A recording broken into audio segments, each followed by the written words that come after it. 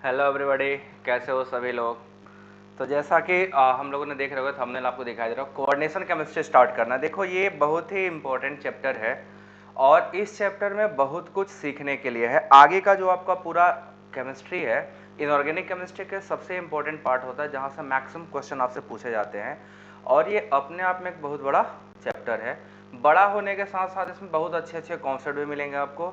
इसमें आपको कुछ इंपॉर्टेंट चीज़ों की ज़रूरत है जो आप पीछे से पढ़े उसकी ज़रूरत पड़ेगी। जैसे आप सबने पढ़ा होगा, इसके पहले कहीं ना कहीं जरूर पढ़ा होगा केमिकल बॉन्डिंग के बारे में। केमिकल बॉन्डिंग का एक इंपॉर्टेंट बॉन्ड पढ़ागा कोऑर्डिनेट बॉन्ड। याद है किसी को? Coordinate bond.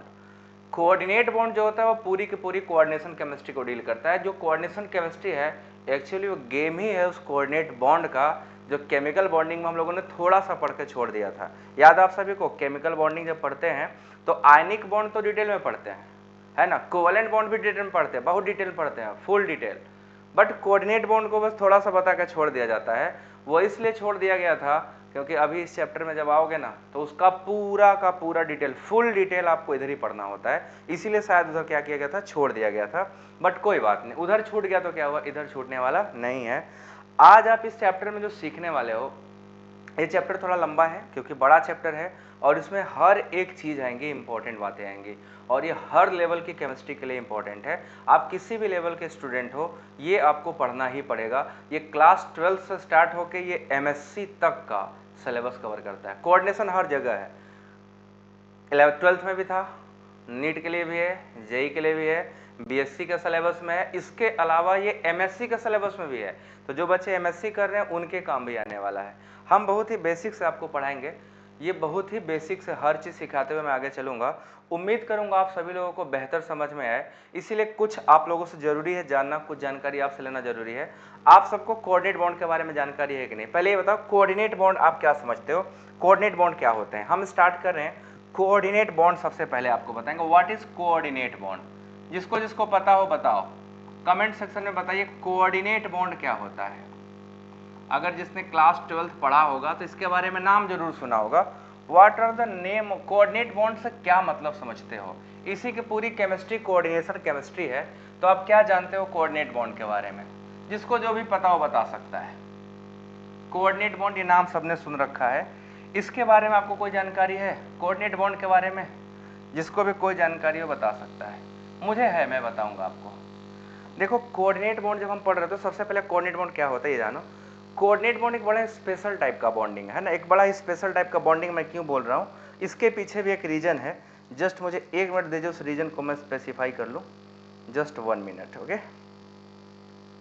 तो मैं देख पा रहा हूँ आप लोगों को थोड़ा सा कलर अजीब दिख रहा होगा, है ना, तो उसको मैं सही कर देता हूँ।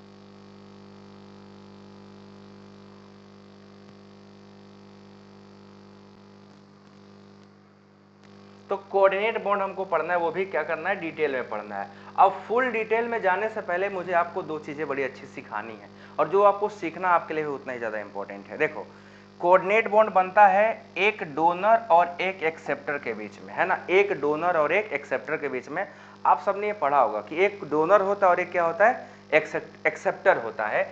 जो डोनर होता है वो क्या करता है, इलेक्ट्रॉन डोनेट करता है और जो एक्सेप्टर होता है इलेक्ट्रॉन क्या करता है, एक्सेप्ट करता है। तो डोनर के पास कम से कम एक लोन पेयर होना चाहिए देने के लिए और एक्सेप्टर के पास एक वैकेंट ऑर्बिटल होना चाहिए जिसमें वो इलेक्ट्रॉन क्या कर सके, गेन कर सके। और जब ये इलेक्ट्रॉन देता है तो इसको हम सिंगल हेडेड एरो से दिखाते थे। डोनर जो होता है वो इलेक्ट्रॉन दिया पेयर के फॉर्म में, एक्सेप्टर ने एक्सेप्ट कर लिया। ये एरो ये बताता है डोनर कहाँ है, टेल जो है इस एरो का, उस टेल पे डोनर प्रेजेंट होता है और जो ये हेड है यहाँ पे एक्सेप्टर प्रेजेंट होता है। एक्सेप्टर की भी कुछ इंपॉर्टेंट कैरेक्टरिस्टिक होती है और डोनर की भी कुछ इंपॉर्टेंट कैरेक्टरिस्टिक होती है। आइए पहले इसके बारे में जान ले, डोनर कौन हो सकता है और एक्सेप्टर कौन हो सकता है। क्या कोई भी आइटम डोनर हो सकता है? क्या मेथेन मॉलिक्यूल डोनर हो सकता है क्या? आप लोग बताओ, क्या अगर मेथेन मॉलिक्यूल की हम बात करें तो मेथेन मॉलिक्यूल डोनर हो सकता है? पॉसिबल है कि मेथेन डोनर हो जाए? देखो डोनर होने के लिए कैरेक्टरिस्टिक क्या है, ठीक है। अगर जो डोनर है उसके कुछ अपने कैरेक्टरिस्टिक्स होते हैं, डोनर कौन होता है, और जो एक्सेप्टर है उसके अपने कैरेक्टरिस्टिक्स हैं, है ना।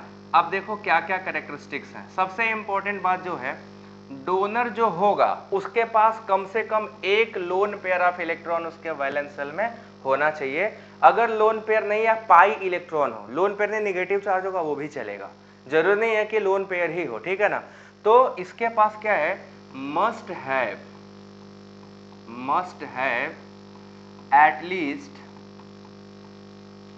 at least one pair of electron,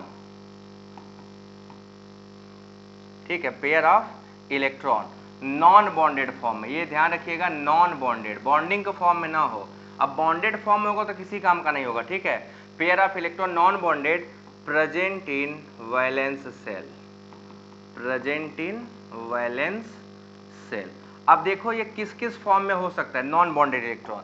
तो जो हमारा नॉन बॉन्डेड इलेक्ट्रॉन है वो 3 फॉर्म में हो सकता है, लोन पेयर के फॉर्म में हो सकता है ना, या नेगेटिव चार्ज के फॉर्म में हो सकता है, या पाई बॉन्ड के फॉर्म में हो सकता है। तीनों में से किसी फॉर्म में हो सकता है, ठीक है। जो डोनर है लोन पेयर हो सकता है, नेगेटिव चार्ज हो सकता है, या पाई बॉन्ड कंटेनिंग स्पीसीज हो सकते हैं, वही डोनर कहलाएंगे, सब के सब डोनर नहीं कहलाते हैं। और जो एक्सेप्टर है इसका खास बात ये होता है, they must have at least one vacant orbital, कम से कम एक वेकेंट ऑर्बिटल होना चाहिए, ठीक है, vacant orbital in valence shell. अब इसका क्यों जरूरी है भाई, वैलेंस सेल में एक वेकेंट ऑर्बिटल क्यों जरूरी है, आप बता सकते हो क्या, क्यों जरूरत है एक वेकेंट वैलेंस सेल में एक वेकेंट ऑर्बिटल की, बिना वेकेंट ऑर्बिटल के क्यों एक्सेप्टर नहीं हो सकता है, कोई रीजन बता सकते हो, ऐसा क्यों है,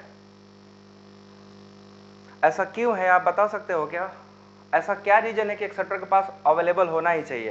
तो इसलिए अवेलेबल होना चाहिए, अगर मैंने आपको पेयर ऑफ इलेक्ट्रॉन दिया, पेयर मतलब 2 इलेक्ट्रॉन, आप रखोगे कहाँ, ले तभी पाओगे ना, लेने के हैसियत रखते हो तो जो मिलेगा उसको कहीं रखने के लिए जगह भी तो चाहिए ना। डोनर डोनेट तो कर देगा बट आपके पास रखने का जगह ही नहीं है। मैंने आपको 4 पेन दिया, आपके पास जेब ही नहीं है, आप रखोगे कहाँ, तो रखने के लिए डब्बा खाली चाहिए, क्योंकि 2 इलेक्ट्रॉन मिल रहे हैं, एक ऑर्बिटल में मैक्सिमम 2 इलेक्ट्रॉन रह सकते हैं, और दोनों क्योंकि डोनर ने दिया है तो वैकेंट ऑर्बिटल होना मस्ट है। अगर वैकेंट ऑर्बिटल नहीं होगा तो डोनर कभी डोनेट नहीं करेगा। तो आप बताओ, इनमें से मैं आपको कुछ स्ट्रक्चर बना रहा हूं, कितने मॉलिक्यूल के पास कोऑर्डिनेट बॉन्ड है, ठीक है, how many of the following molecule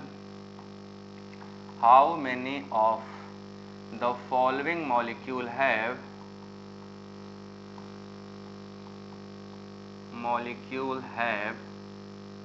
coordinate bond. आपको बस पहचान के बताना है किसके किसके पास कोऑर्डिनेट बॉन्ड है। अभी मैं कोऑर्डिनेशन केमिस्ट्री पे आता हूँ, क्योंकि इसी से रिलेटेड है तो थोड़ा सा बेसिक जानकारी देना मैं उचित समझता हूँ, इसीलिए मैं आपको ये बता रहा हूँ। एक आपका हो गया NH4+, दूसरा हो गया आपका मेथेन CH4, तीसरा हो गया आपका H3O+, hydronium ion H3O+ ion, और चौथा हो गया, थर्ड के बाद फोर्थ वाला है जिसके पास कोऑर्डिनेट बॉन्ड आपका है कि नहीं बताना, दैट इज अमोनिया। एंड पांचवा हो गया आपका सिंपल मॉलिक्यूल PH3, और छठा है 6 H2SO4।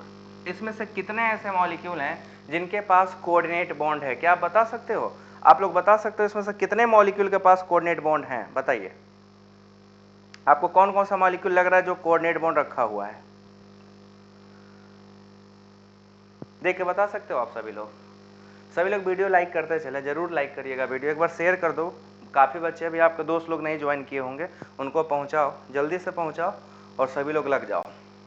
हाँ तो भाई बताओ, कितने मॉलिक्यूल के पास आपको कोऑर्डिनेट बॉन्ड प्रेजेंट दिखाई दे रहा है, क्या लग रहा है, ये आपके लिए होमवर्क है, आप ढूंढ के बताइएगा आपको कितने लोगों को मिला कि हाँ इसमें सर प्रेजेंट है, इसमें प्रेजेंट नहीं है, ये आप ढूंढिएगा। अब हम लोग अपने मेन टॉपिक पे आ रहे हैं, आप आराम से सर्च करना, आप कल भी बताना हमें चलेगा, टेलीग्राम में बता देना, मैं देख लूंगा, मेरे कोई प्रॉब्लम नहीं है, ठीक है। अभी मैं आपको पढ़ाने जा रहा हूँ coordinate compound, what is coordinate salt या व्हाट इज कोऑर्डिनेशन कंपाउंड, ठीक है। कोऑर्डिनेशन कंपाउंड क्या होते हैं,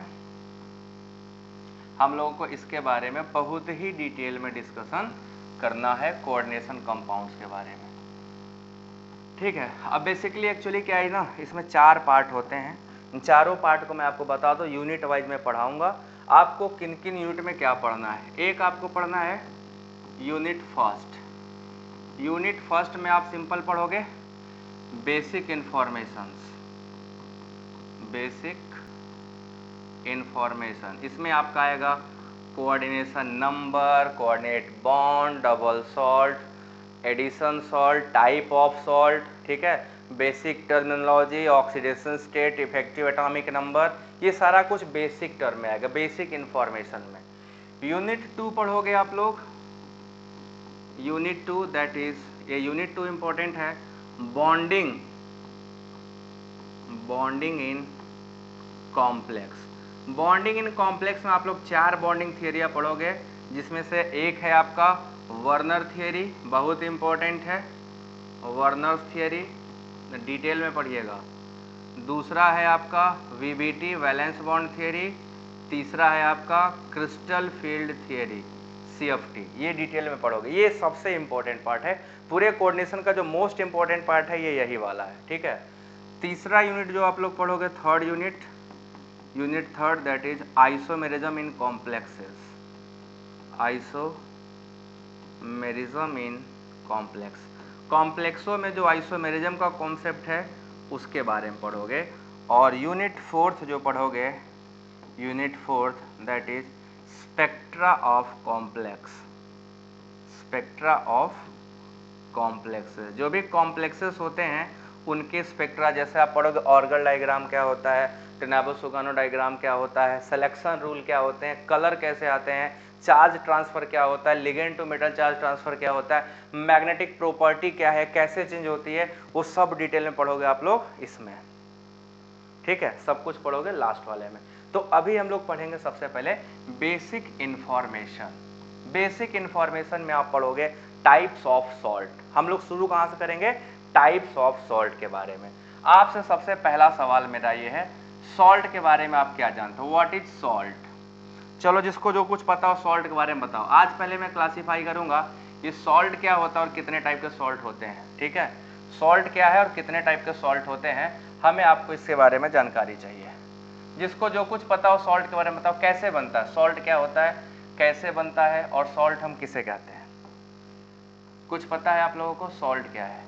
एक्चुअली जब हम सॉल्ट की बात करते हैं ना, तो अपने दिमाग में सबसे पहली बात जो आती है सॉल्ट से रिलेटेड, वो ये आती है कि सॉल्ट ऐसी चीज़ों को बोलते हैं जो एसिड और बेस से मिलकर बना होता है। यही बोलते हो ना, सॉल्ट किसे बोलते हो, जो एसिड और बेस से मिलकर बना होता है उसी को कुछ या किसी और को बोलते हो, बताओ।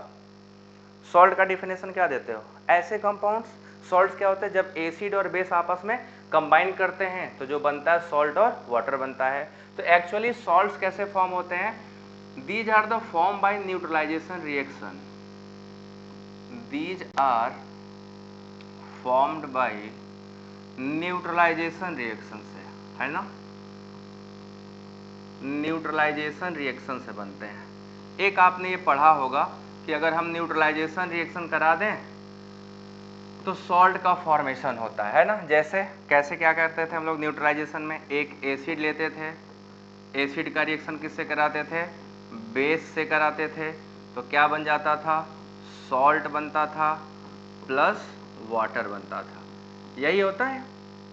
अगर हम सॉल्ट की बात करें, सॉल्ट का फॉर्मेशन तो ऐसा ही होता है, एसिड प्लस बेस रिएक्शन करते हैं और सॉल्ट का फॉर्मेशन करते हैं। ये तो हम सब ने पढ़ा ही है, ये पहले से पढ़ते हैं, क्लास 11-12 से पढ़ते होंगे कि जब एसिड और बेस का रिएक्शन होता है तो सॉल्ट और वाटर का फॉर्मेशन होता है ना। अब देखो हर रिएक्शन में जरूरी नहीं है कि आपका वाटर बने, ये ऑप्शनल होता है, ये बन भी सकता है और नहीं भी बन सकता। आज मैं ये पूरा डिटेल आपको बताऊंगा। हमें पढ़ना है जो सॉल्ट बना उसके नेचर क्या क्या है, कितने टाइप के सॉल्ट्स होते हैं, क्लासिफिकेशन इसी का करना है। ये जो सॉल्ट है वो क्या है, घर में खाने वाला नमक है, वो NaOH प्लस HCl से बना है। NaOH HCl जोड़ोगे तो NaCl प्लस H2O होगा। वो जो दाल खाते हो ना सब्जी में जिसका टेस्ट बढ़ जाता है, वो क्या है, यहीं से आया है, वो सॉल्ट ही है भाई, वो सॉल्ट है। कैसे बना ये देखना है अभी अपने को अब पढ़ना है सॉल्ट क्या है। तो सॉल्ट पता चल गया, सॉल्ट ये है, कितने टाइप का होता है। सॉल्ट को अगर हम क्लासिफाई करें तो कैसे क्लासिफाई करें, कितने टाइप के सॉल्ट है, किस सॉल्ट का क्या नेचर होगा, ये सर पता लगाना हो तो हम क्या करेंगे। तो आइए मैं 1 बाय 1 आपको बताता हूं। सबसे पहले हम लोग सॉल्ट का क्लासिफिकेशन करने वाले हैं, ठीक है। हम लोग करने वाले हैं सॉल्ट का क्लासिफिकेशन, कितने टाइप के सॉल्ट, कैसे salt, nature of the salt, everything about the salt, salt is salt. Salt नहीं है तो टेस्ट भी नहीं है ना, खाने का टेस्ट जब तक नहीं आएगा, कब तक, जब तक सॉल्ट नहीं पड़ेगा, है ना। तो अब हम सॉल्ट डालने वाले हैं। देखो सॉल्ट को हम पढ़ेंगे दो टाइप से, एक पढ़ेंगे on the basis of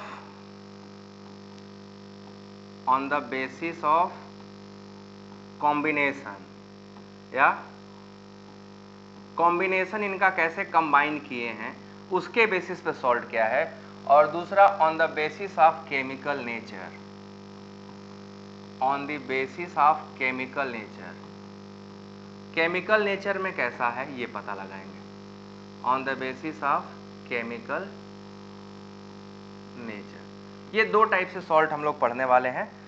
combination कैसे हुआ होगा उसके बेसिस पे, और उनका नेचर क्या होगा उसके बेसिस पे। तो कॉम्बिनेशन के बेसिस पे आप पढ़ोगे सॉल्ट दो टाइप के होते हैं, एक का नाम होता है डबल सॉल्ट, एक का नाम क्या है डबल सॉल्ट, और इसका दूसरा पार्ट होता है that is complex salt, complex salt. ये आपके सिलेबस में है, डबल सॉल्ट और कॉम्प्लेक्स सॉल्ट, ये आपके सिलेबस में आपको पढ़ना ही है, ठीक है, ये आपको तो पढ़ना ही है पहला।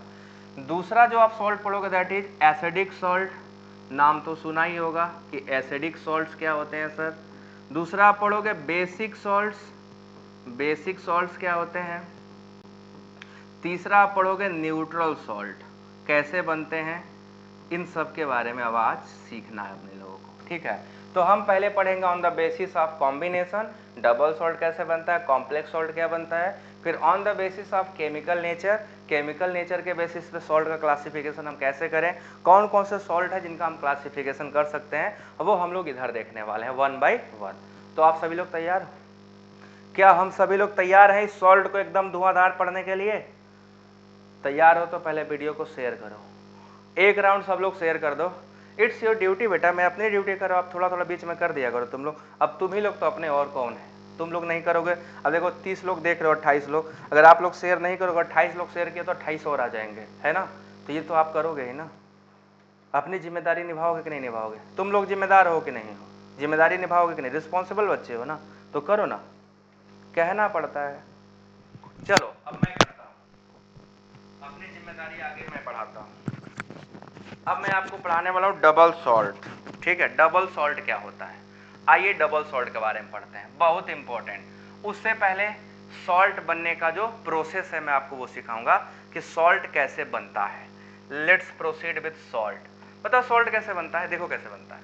हम क्या करते हैं, एक बीकर में, क्योंकि केमिस्ट्री पढ़ रहे हैं तो हम लोग साइंटिफिक चीजें बोलेंगे ना, एक बीकर में क्या करेंगे, थोड़ा सा पानी ले लेंगे, पानी, और एक सॉल्ट ए और इसमें एक सॉल्ट बी को डाल देंगे, दोनों सॉल्ट को ऐड कर देंगे, और इसको थोड़ी देर क्या करेंगे, गर्म करेंगे, वार्म करेंगे। वार्म करने से क्या होगा बच्चों, आपस में रिएक्शन होगा, केमिकल रिएक्शन होगा, आयन का एक्सचेंज होगा, एडिशन होगा, कुछ कुछ अपना केमिकल चेंजेस वो सब अंदर अंदर करेंगे।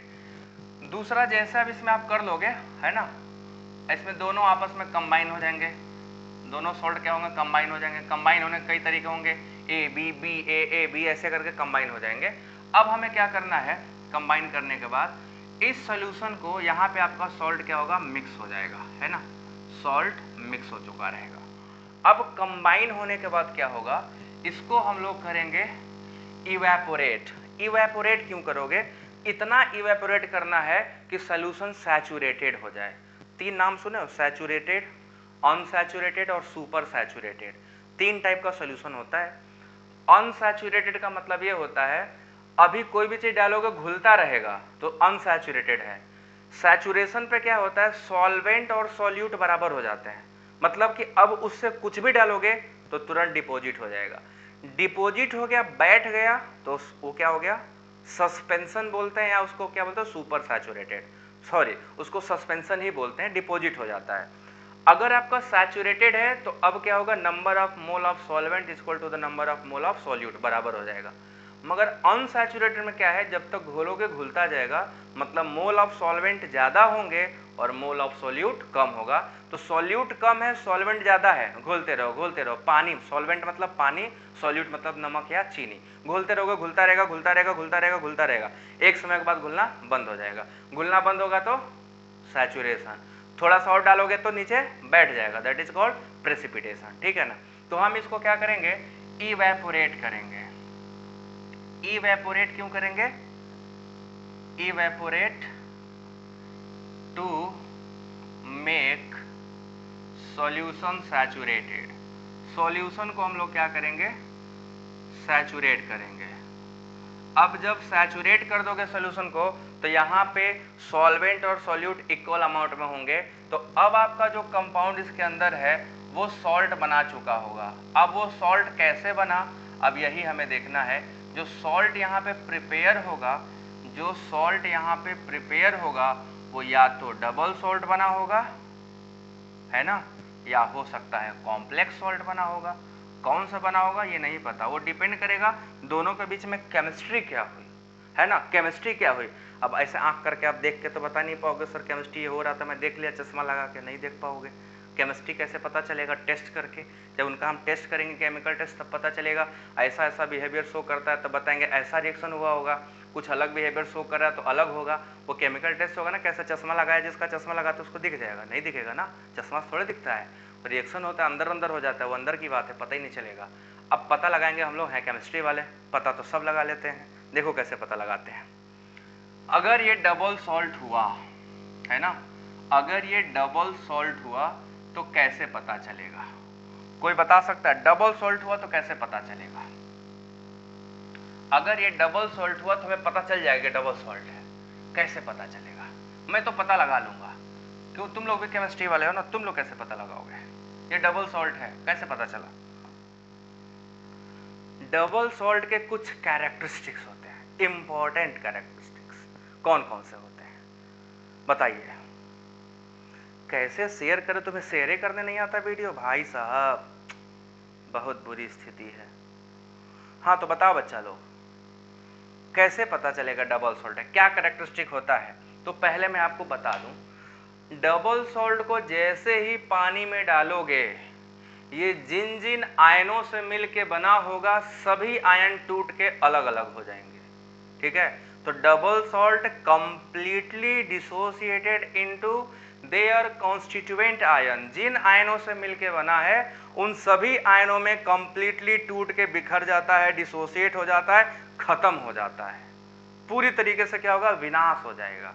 तो जब विनाश हो जाएगा तो क्या बोलेंगे, विनाश हो जाएगा तो क्या हो जाएगा, खत्म हो गया ना, खत्म हो गया तो अच्छी बात है ना, और दिखेगा इन्हें पूरी तरीके से क्या हो गया, उसका विनाश हो गया। तो हम क्या लिखेंगे कि these salts are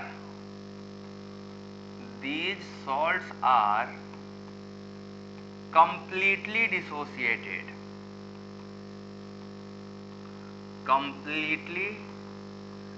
dissociated into their constituent ion,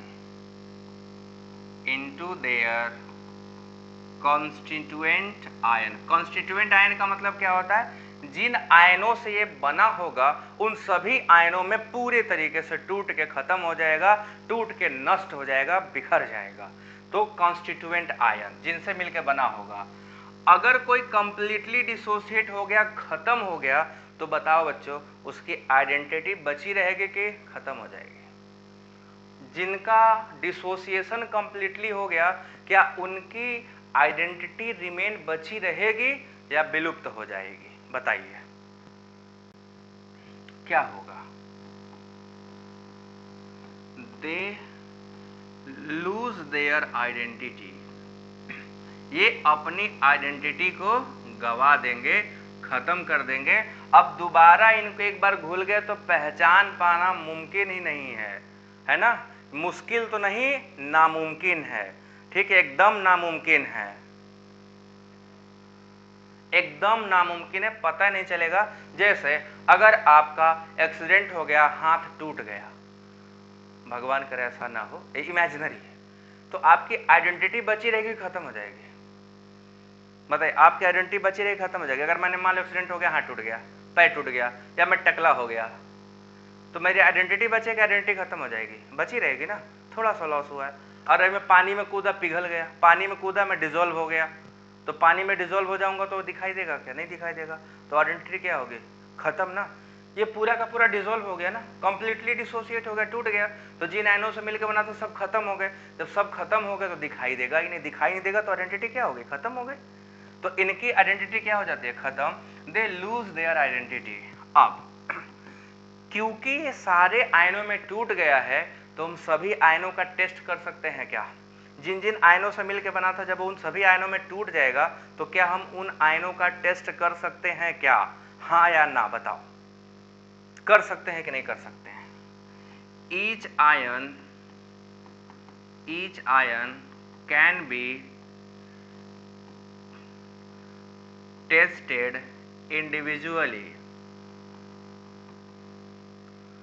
किसी भी आयन को आप इंडिविजुअली क्या कर सकते हो, टेस्ट कर सकते हो, केमिकल रिएजेंट डाल के। हर आयन अपना इंडिविजुअल टेस्ट देते हैं। जो जो आयन से मिलकर बना था जब वो टूटेगा तो हर आयन क्या करेगा, अपना इंडिविजुअल टेस्ट देगा, अलग अलग टेस्ट देगा, और हम उनको पहचान लेंगे कि यही है, यही टेस्ट है ना।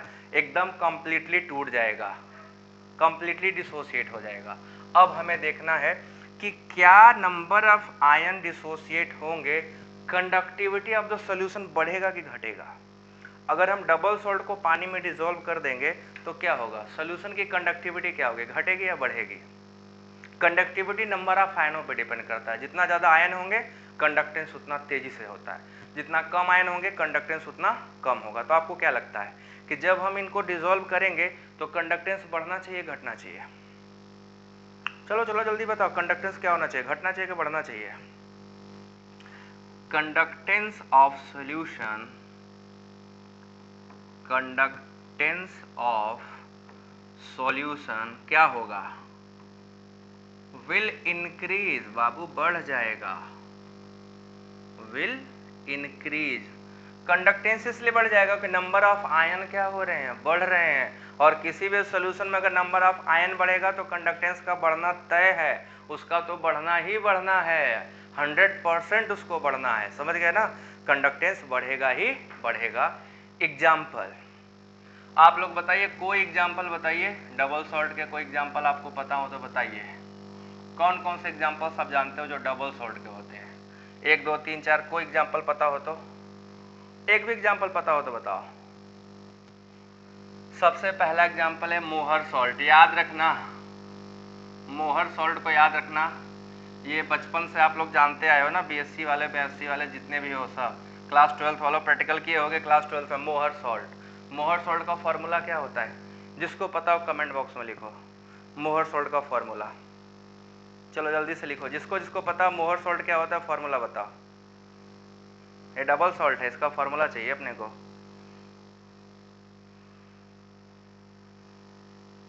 क्या लगता है बता पाओगे, बढ़ेगा, यस, NaCl डबल सॉल्ट नहीं है, डबल कहाँ, उसमें तो सिंगल NaCl सिंगल है ना, NaCl सिंगल सॉल्ट है, डबल सॉल्ट नहीं है।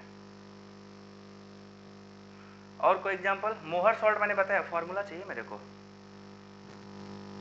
This is called ferrous ammonium sulphate, FeSO4 dot ammonium sulphate है ना, NH4 का whole twice SO4 into 6H2O, ferrous ammonium sulphate है ना, फेरस अमोनियम सल्फेट, इसका जो नाम होता है that is ferrous ammonium sulphate. तो जो फेरस अमोनियम सल्फेट है this is known as Mohr salt, ठीक है, इसी को हम लोग क्या बोलते हैं, मोहर सॉल्ट बोलते हैं। तो ये आपका मोहर सॉल्ट हो गया, क्लियर है।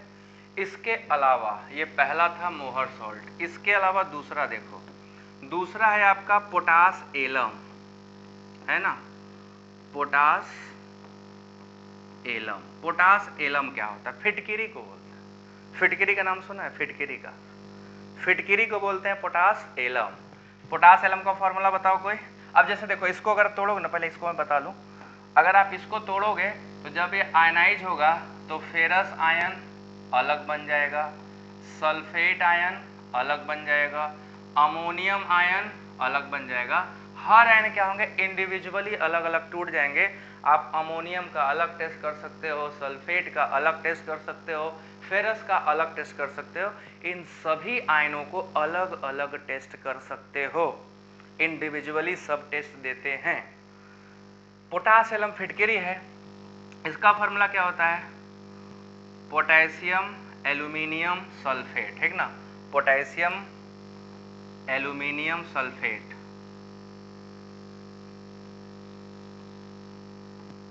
Into 24H2O। Potassium aluminium sulphate is called potash alum, है ना, ये फिटकिरी होता है। Potassium aluminium sulphate is called potash alum, ये फिटकिरी का फॉर्मूला है। और हम सब जानते हैं फिटकिरी में दो सॉल्ट है। अब डबल सॉल्ट पूछोगे ना, सर डबल कैसे बता दिया, तो देखो पहचानो डबल कैसे हुआ। फेरस सल्फेट एक सॉल्ट होता है, अमोनियम सल्फेट दूसरा सॉल्ट, ये दोनों आपस में जुड़ गए हैं, इसलिए इसको हम लोग क्या बोलते हैं, double salt. Potassium sulphate plus aluminium sulphate दोनों आपस में जुड़ गए, इसलिए इसको क्या बोलते हैं, दो सॉल्ट मिलके बने हैं डबल सॉल्ट। एक सॉल्ट अकेले होता तो सिंगल सॉल्ट, ठीक है। खुशी का सही है, खुशी मिश्रा K2SO4.Al2 Al2SO4 नहीं, गलत, ब्रैकेट में कैसे, Al2 केवल SO4 का थ्राइस लगाओ, Al2 का थ्राइस क्यों लगाई हो, ब्रैकेट चेंज करो, ब्रैकेट गलत जगह लगा दी हो। एल्यूमिनियम को छोड़कर सल्फेट पे केवल ब्रैकेट लगेगा, ठीक है ना। तो ये आपका हो गया क्या, पोटास एलम। तीसरा है कार्नलाइट। कार्नेलाइट, कार्नालाइट क्या होता है, KCl.MgCl2.6H2O। अब देखो भाई लोग, अगर हम इसको डिसोसिएट कराएं तो ये डिसोसिएट होगा तो कौन कौन सा आयन देगा, ये देगा potassium ion plus aluminium third ion plus sulphate ion. इन सभी आयनों में क्या होगा, टूट जाएगा, है ना। ये पोटेशियम आयन है, एल्यूमिनियम आयन है प्लस सल्फेट, तीन आयनों से बना है। सारे आयनों में क्या होगा, कंप्लीटली टूट के खत्म हो जाएगा, भूसा हो जाएगा, पूरी तरीके से बर्बाद। इसकी बात करो, इसको तोड़िएगा तो क्या बनेगा, potassium ion plus chloride ion plus magnesium ion. तो जिन जिन आयनों से मिलकर बना था वो सभी आयन क्या हो गए, धराशायी हो गए, विनाश कर गए, सभी आयन क्या होगा, पूरी तरीके से खत्म। आप चाहो तो सल्फेट आयन का टेस्ट कर लो, आप चाहो तो पोटेशियम का कर लो, क्लोरीन का कर लो। तो ये सारे एग्जाम्पल आपने जो देखे, these all examples are very good example, या बोल सकते हो best example of double salt. ये है डबल सॉल्ट की कहानी जो मुझे थे आपको बतानी। थोड़ा फिल्मी हो गया, मगर ये था डबल सॉल्ट की कहानी जो मुझे आपको था बताना। अभी मैंने आपको बता दिया। डबल सॉल्ट आपको समझ आया, डबल सॉल्ट समझ आया। हेलो करण, हाय। क्लास में सब हेलो हाय क्यों करते हो, क्लास में पढ़ते रहना चाहिए ना, हाय हेलो थोड़ा ना होता है,